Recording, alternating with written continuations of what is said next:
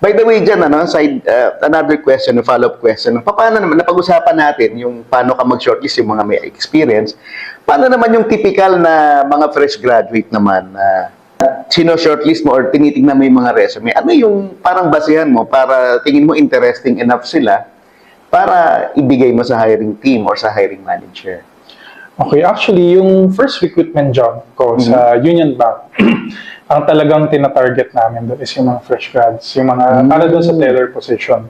Okay. So, yung hawak ko noong time na yun, ako yung nag-hire ng mga teller sa buong Luzon.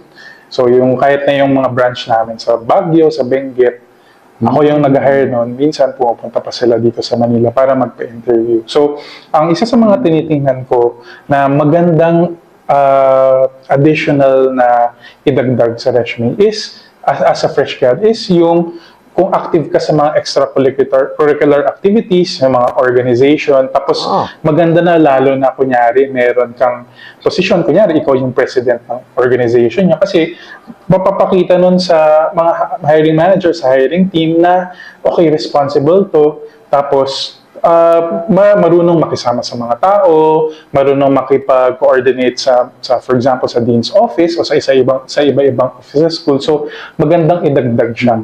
So kung kunyari college student ka, gusto mo talagang pagandahin ang resume mo, isa yan sa mga idagdag mo. Tapos mas maganda kunyari, kung meron kang mga organization na related dun sa gusto mo maging trabaho, mas maganda pa yan.